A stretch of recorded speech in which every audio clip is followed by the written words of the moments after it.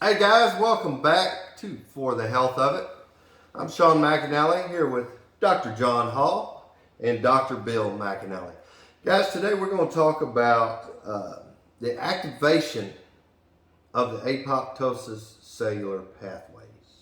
Okay, we're going to talk about how the apoptosis pathways are activated by food, and we're going to give you a few examples of that. I'm going to go ahead and start with Dr. Bill.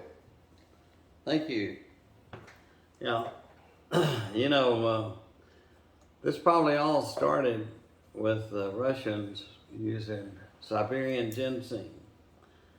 And they hadn't really been outstanding in the Olympics until they discovered that if you add that to their food, it's a Siberian ginseng root, athletes could perform better. And in studying it, they took rats or mice and added it to their food. And you could take it, mice or rats that didn't get it, drop them with a group that did, and you wouldn't know which one was which until you dropped them in the pond and which one started to sink. They couldn't swim. They didn't let them drown. They netted them out, and all those that the first, second, third, fourth that couldn't swim any longer. When they looked at them, another group could swim almost twice as long, and it was the group that got the Siberian ginseng. Wow. And that was, if they would have just stayed with that, it would be okay. Of course, then they started adding, taking testosterone and hormones, and then when they got caught doing that, they made synthetic ones that they didn't have an analysis for. And Sure. They just got caught last Olympics doing that. And anyway, the interesting thing is no one really knew how that worked. And it's not until recently that we know that that certain foods, the bitter ingredients in there, activate the nuclear factor erythroid 2, related factor 2. That's the name of it. And they leave they just call it nuclear factor ERF2. They leave the center part out. That's how it's abbreviated, but that activates 5% of the DNA in your nucleus to readjust and remake all the enzymes that it needs to repair mitochondria, to activate autophagy, to remove, undigested or partially digested ingredients that autophagy is supposed to handle. And it cleans out your cells, it fixes your energy source so you have optimum energy, and it just repairs all of your cells. And it's these bitter polyphenol small molecules that we now know activate that pathway. So in activating the pathway, it causes them to make all the enzymes in that part that handles all the repair of the cells. That's good. That's good. Dr. Hall, would you translate what Dr. Bill just said? Give us an example, of a everyday food that some of us may eat. And Well, how I this mean, works. the deal is, the bitter ingredients tend to be smaller molecules. They're digested first, get into the bloodstream first, go out throughout the body, and then activate those enzymes he was talking about. That basically the way I term it is set the stage. Yeah.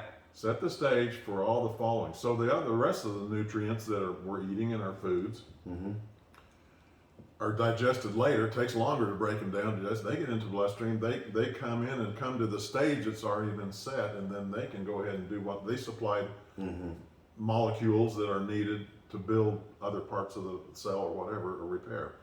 So whatever food it is. But anyway, so the bitter ingredients that we have basically taken out of our food supply are needed to set the stage for the apopotosis and autophagy and all that. And then the rest of the food comes in and finishes the job. So, you know, our products are dietary supplements. We have never said that you just need our food and our stuff and that's all you need. You still need to eat food. Sure, of course. You know, that's the reason the word supplement has a definition. But the deal is we're not getting these. So we still need to eat all the different foods that are digested and get into the bloodstream later and finish the job that has been started by these bitter ingredients for the repair and renewal and regeneration and new cells and getting rid of the bad cells or the damaged cells and building new cells.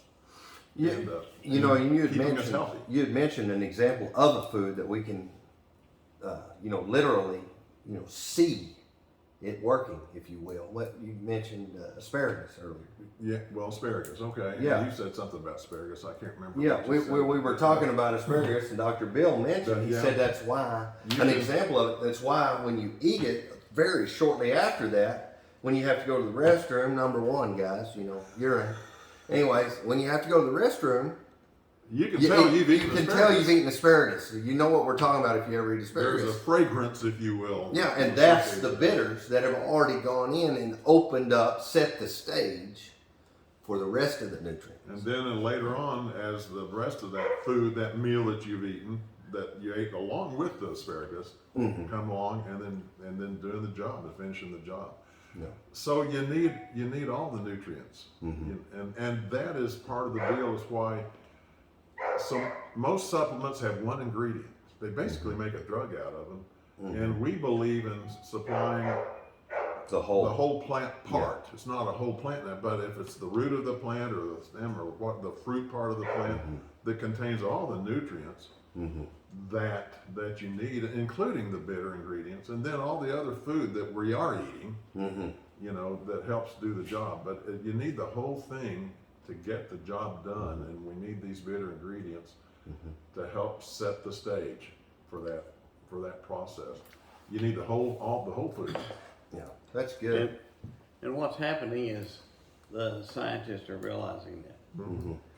And in fact, for 50 years they've been taking the bitter ingredients out by genetically picking plants that have sweeter. If they're sweeter, they sell more. Yep.